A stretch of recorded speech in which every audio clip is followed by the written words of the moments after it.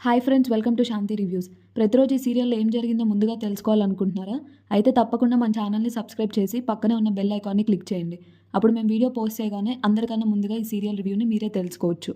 కుమార్ శైలుతోటి ఇలా కళ్ళల్లోకి కళ్ళు పెట్టి చూస్తుంటే నన్ను నేనే మైమర్చిపోతున్నాను తెలుసా? నీ తేనె చూపుల్ని కట్టిపడేసేయ్, సిగ్గుపడితే నువ్వు ఇంకా అందంగా ఉంటావు తెలుసా? అప్పుడే రౌడీలు కుమార్ వాళ్ళ ఇంటికి వచ్చి మనం ఎత్తుకెళ్లాల్సింది వాడినే అనుకుంటా అని కిటికీలో నుంచి చాటుగా చూస్తూ ఉంటారు.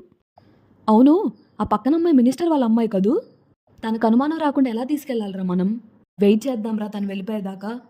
ఇంకలా మినిస్టర్కి ఒక్కసారిగా డౌట్ వచ్చి ఈ సిద్ధు ప్రేరణ కూడా వాళ్ళతోనే ఉన్నారేమో, ఈ ఎదవలు ఎత్తుకు రమ్మంటే సిద్ధుని ఎత్తుకొస్తారేమో కుమార్ని ఎత్తుకు రాకుండా అని అనుకుంటూ ఉంటారు. అప్పుడు మళ్ళీ నేను ప్రమాదంలో పడతాను అని మినిస్టర్ వాళ్ళకి ఫోన్ చేస్తాడు. అప్పుడు రౌడీలు ఫోన్ ఎత్తి సార్ ఇక్కడే ఉన్నాం సార్ అని అంటే అప్పుడు మినిస్టర్ రేయ్ లోపల మా అమ్మాయితో వాడు కాకుండా ఇంకెవరైనా ఉన్నారా? లేదు సార్, మీ అమ్మాయి మీ అల్లుడే ఉన్నారు సార్ అని అంటారు. అప్పుడు మినిస్టర్ రే అల్లుడెవర్రా అని కోపం తెచ్చుకొని ఓకే సరే సరే సరే వాడిని ఎత్తుకొచ్చేయండి మీరు ముందు. మీ అమ్మాయి అల్లుడు ఏదో సరసాలు ఆడుకుంటున్నారు సార్, మనం ఎందుకు సార్ డిస్టర్బ్ చేయడం అని రౌడీ అంటే అప్పుడు మినిస్టర్ రే మీరెక్కడ దొరికారా, నాకు ఒక్కళ్ళు కూడా సరిగ్గా పనిచేసి పెట్టేవాళ్ళు లేరు, అసలు అందరూ పని చెడగొట్టే వాళ్ళే. ఏదో ఒకటి చేసి మా అమ్మాయికి అనుమానం రాకుండా వాడిని తీసుకొని రండి మీరు ఫస్ట్. ఇంకా రౌడీలు సరే సార్ అని ఫోన్ కట్ చేస్తారు. అప్పుడు అలా మినిస్టర్ ఈరోజు ఎలా అయినా కుమార్ గారిని చంపేయాలి, వాడు చావుని ఎవ్వరూ తప్పించలేరు. ఇంకా అలా శైలు సరే సరే నీ మాటలతోనే నా కడుపు నింపేలా ఉన్నావు కానీ నేను అలా వెళ్ళి ఫ్రెష్ అయ్యి వస్తాను అని అంటుంది. ఇంకా రౌడీలు అలా కుమార్ ఒక్కడే ఉండడం చూసి రే ఒక్కడే ఉన్నాడు, ఇదే మంచి టైమ్, వెళ్ళి తీసుకొచ్చేద్దాం పదా అని అనుకుంటూ ఉంటారు. ఇంకా అలా రౌడీలు ఇంటి లోపలికి వెళ్ళి ఒక గుడ్డ మొహానికి కప్పి జయరాం దగ్గరికి తీసుకొని వస్తారు. అప్పుడు మినిస్టర్ ఏరా నీకు నా కూతురే కావాల్సి వచ్చిందిరా, నిన్ను అక్కడే లేపేద్దాం అనుకున్నాను, మీడియా ఉందని వదిలేశాను, కానీ ఈరోజు నీ చావు నా చేతిలో నుంచి ఎవ్వరూ ఆపలేర్రా, రే వాడు ముసుగు తీయండ్రా అనగానే రౌడీలా ముసుగు తీస్తారు. చూస్తే అందులో కుమార్ ఉండడు, సిద్ధు ఉంటాడు. ఇంకా అలా ఒక్కసారిగా సిద్ధుని చూసి మినిస్టర్ షాక్ అయిపోతాడు. సిద్ధు ఏమో నవ్వుతూ ఉంటాడు. నువ్వా రే, నేను ఈ కుమార్ గారిని తీసుకొని రమ్మంటే మీరు వీడిని తీసుకొని వచ్చారేంట్రా? మేము వెళ్ళినప్పుడు నేను లేడు సార్, అక్కడ తను ఒక్కడే ఉన్నాడని తీసుకొని వచ్చాం సార్. అప్పుడు సిద్ధు సార్ ఏంటి సార్ సొంత అల్లుడినే చంపాలని ఫిక్స్ అయ్యారు? రే సిద్ధు నువ్వు అసలు ఇక్కడికి ఎలా వచ్చావురా? మీ వాళ్ళు అక్కడికి ఎలా వచ్చారో నేను కూడా ఇక్కడికి అలానే వచ్చాను. మా వాడితో మీ కూతురు పెళ్లి జరగడం మీకు ఇష్టం లేదని తెలిసే నువ్వు ఇలాంటిదేదో ముందే ప్లాన్ చేస్తావని కనిపెట్టాను, అందుకే మా జాగ్రత్తల్లో మేమున్నాము, ఇంకా మేము ఏం చేసినా మీరు మమ్మల్ని ఏమీ చేయలేరు. రే నువ్వెక్కడికొచ్చి ఎవరితో ఏం మాట్లాడుతున్నావు అర్థమవుతుందా? ఇది నా అడ్డారా, మినిస్టర్ జయరాం అడ్డా ఇది, అక్కడ వాడు తప్పించుకోవచ్చు కానీ దీనంతటికీ కారణమైన నువ్వే నీ అంతటా నా దగ్గరకు వచ్చి దొరికిపోయావు, ఇక నిన్ను మాత్రం వదలను. ఇంకా అలా అప్పుడే విజయానంద్ మంజుతోటి మంజు నేనే మినిస్టర్ గారికి ఫోన్ చేస్తాను ఆగు అని మినిస్టర్కి కాల్ చేస్తాడు. అప్పుడు మినిస్టర్ ఫోన్ ఎత్తగానే విజయానంద్ మినిస్టర్ గారు మా సిద్ధు చేసింది తప్పే అండి, ఏదో కుర్రతనం, వాడి తరపున నేను క్షమాపణ చెప్తున్నాను, కానీ నేను మాత్రం వీడిని క్షమించను. మినిస్టర్ గారు అలా అనకండి, దయచేసి నేను చెప్పేది వినండి, మా సిద్ధుని క్షమించండి, కావాలంటే మనం కూర్చొని మాట్లాడుకుందాంగా. ఏ విజయానంద్ నేను దేన్నైనా సహిస్తాను కానీ నా పరువు పోతే మాత్రం నేను సహించను, అది పోతే నా ప్రాణం పోయినట్టే. నీ కొడుకు నా పరువు పోగొట్టాడు, నేను బ్రతికుండగానే అందరి ముందు నన్ను చంపేశాడు వాడు, మరి నేనెలాగా వీడిని క్షమిస్తాను? నా కూతుర్ని పెళ్లి చేసుకున్న వాడి కోసం నీ కొడుకు బలవడానికి నా దగ్గరికే వచ్చాడు, ఇక నేను వీడిని వదిలిపెట్టను అని చిటిక వేస్తాడు. అస్సలంటే అస్సలు వదలను అని మినిస్టర్ ఫోన్ కట్ చేయగానే విజయానంద్ మంజు ఒక్కసారిగా షాక్ అయిపోతారు. ఇంకా అలా జయరాం గన్ తీసుకొని వచ్చి సిద్ధు పాయింట్ బ్లాంక్లో పెడతాడు. ఏరా చంపేస్తానని ఇంత కూడా భయం లేదా అనంటే అప్పుడు సిద్ధు తప్పు చేసింది మీరు, మరి ఆ భయం మీకుండాలి కానీ నేనెందుకు సార్ భయపడాలి? రే నేనెవరో తెలిసే మాట్లాడుతున్నావా? నేను మినిస్టర్ని, మినిస్టర్ జయరాంని, నేను తలుచుకుంటే నా మీద ఈగ కూడా వాలదు, అలాంటిది నువ్వు నన్ను బెదిరిస్తే నేను భయపడాలా? నో నెవర్, భయపడను. అప్పుడు సిద్ధు భయపడాలి సార్, భయపడేలా నేను చేస్తాను కదా, ఏంటి నీ కాన్ఫిడెన్స్ అనంటే మీరు చేసిన తప్పులు నాలో ఎదిరించేంత కాన్ఫిడెన్స్ ఇచ్చాయి, ఇక మీకు ఆటోమేటిక్గా భయం మొదలవుతుంది. నాకు కాదురా భయం పుట్టించేది, నీ వాళ్ళు అంటూ ఉంటావు కదా ఆ కుమార్ ప్రేరణ, వాళ్ళకు కూడా నేనంటే ఏంటో భయం పుట్టించేలా చేస్తాను. మీ ముగ్గురు అంతు చూడాలనే నేను ఫిక్స్ అయిపోయాను. ఈరోజు ఆ కుమార్ గాడు తప్పించుకోవచ్చు, రేపైనా సరే వాడు నా చేతిలోనే దీంతో చావాల్సిందే. అలాగే నీ పార్ట్నర్ ప్రేరణని కూడా పైకి పంపించేస్తాను. అయ్యో సార్, మీరు పగటి కలలు బాగానే కంటున్నారు. అవన్నీ జరగవు సార్, నేను చెప్పేదే జరుగుతుంది. మీరు మమ్మల్ని ఏమీ చేయలేరు అనంటే అప్పుడు మినిస్టర్, ఈ గన్ను నీ తలకి గురిపెట్టినా కూడా నీకింకా బ్రతుకు మీద ఆసుందా? అయితే నేను నిన్నిప్పుడే చంపేస్తానురా. అప్పుడే మినిస్టర్ పిఏ వచ్చి, సార్ సార్ సార్ వదిలేయండి సార్, తన్నేం చేయకండి సార్, లేదంటే మీరే ఇరుక్కుంటారు అని చెప్తాడు.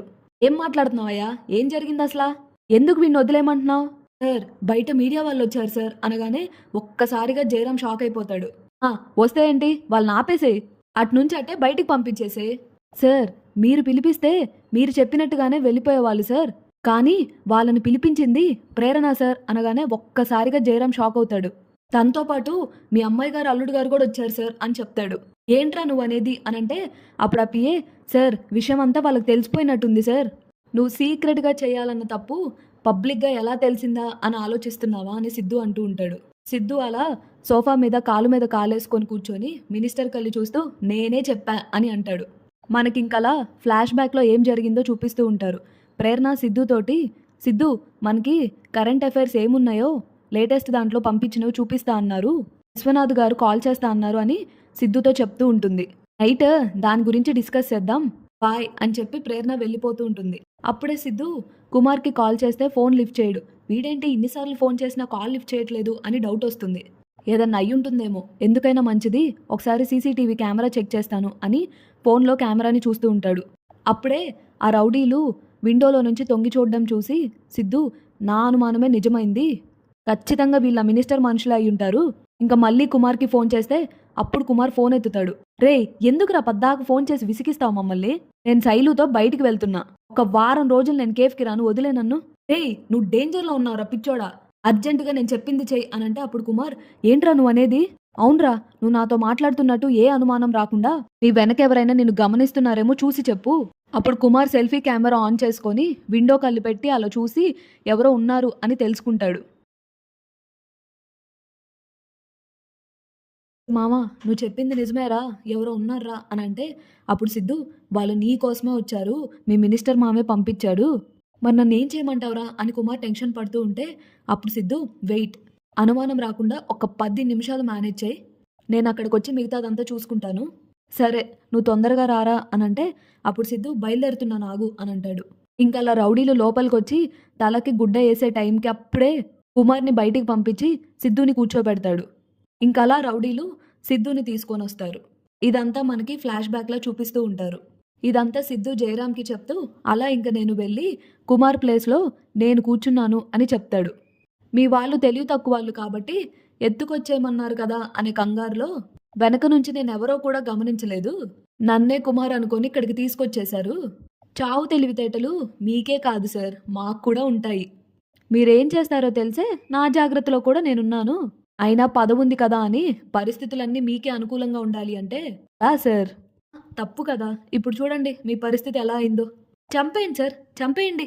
అప్పుడు మినిస్టర్, ఏ నిన్ను అనంటే అప్పుడే వాళ్ళ సార్ సార్ సార్ సిద్ధుని బయటికి తీసుకొని రాకపోతే ఆ ప్రేరణ మీడియా వాళ్ళని తీసుకొని లోపలికి వచ్చినా వచ్చేస్తుంది సార్, త్వరగా సిద్ధుని తీసుకొని వెళ్ళి ఏదో ఒకటి మేనేజ్ చేయండి సార్, వెళ్ళండి సార్ అనంటే అప్పుడే సిద్ధు కూడా, ఎక్కువగా ఆలోచించకండి మినిస్టర్ గారు, బయటకు వచ్చి మీడియా వాళ్ళ ముందు మీ తప్పు ఒప్పుకొని మీ వల్ల ఏ ప్రాణిహాని ఎవ్వరికీ ఉండదని చెప్పి ఒప్పేసుకోండి, లేదంటే ప్రేరణ నాకంటే డేంజర్ సార్, చేసిందంతా మీరే అని మీ ఇమేజ్ని డ్యామేజ్ చేసినా చేసేస్తుంది, ఆ తర్వాత ఇంక మీకు రాజకీయ భవిష్యత్తే ఉండదు సార్. పిఏ ఇదిగో ఈ గన్ లోపల పెట్టు, రండి సార్ రండి మీరు బయటికి వెళ్దాం అని జయరామ్ని తీసుకొని సిద్ధు బయటికి వెళ్తాడు. మీడియా వాళ్ళందరూ ప్రేరణతోటి ఉన్న పలంగా మా అందరినీ మీరు ఎందుకు ఇక్కడికి రమ్మన్నారు అని అడుగుతూ ఉంటారు. అసలు ఏం జరిగింది? అప్పుడు ప్రేరణ, మినిస్టర్ గారికి తన కూతురు పెళ్లి కుమార్తో జరగడం ఇష్టం లేదు, అందుకే కుమార్ని చంపాలని చూస్తున్నారు, కానీ మా ఫ్రెండ్ సిద్ధు ప్రాణాలకు తెగించి కాపాడితే మినిస్టర్ గారు తనని కిడ్నాప్ చేయించి ఇక్కడికి తీసుకొని వచ్చి తనను కూడా చంపాలని చూస్తున్నారు. అప్పుడు శైలు కూడా, అవును మా నాన్న పైకి మాత్రమే ప్రజల మనిషిలా కనిపిస్తాడు, అని తను అనుకున్నది జరగకపోతే ఏమైనా చేస్తారు, సిద్ధు అన్నయ్యకి ఏమైందా అని మాకు టెన్షన్గా ఉంది, ఆ ప్రాణాలను కాపాడి తన ప్రాణాల మీద తెచ్చుకున్నాడు సిద్ధు, ఇప్పుడు ఏమవుతుందో అని నాకు టెన్షన్గా ఉంది అని కుమార్ కూడా అంటూ ఉంటాడు. ఇంకా అలా తర్వాత సీన్‌లో మంజు విజయానంద్‌తో మాట్లాడుతూ, "ఏవండీ మనం ఇక్కడ ఆలస్యం చేసే కొద్దీ అక్కడ మినిస్టర్ గారు సిద్ధూని ఏం చేస్తారో అని భయమేస్తుంది. త్వరగా వెళ్లి ఆపుదాం పదండి."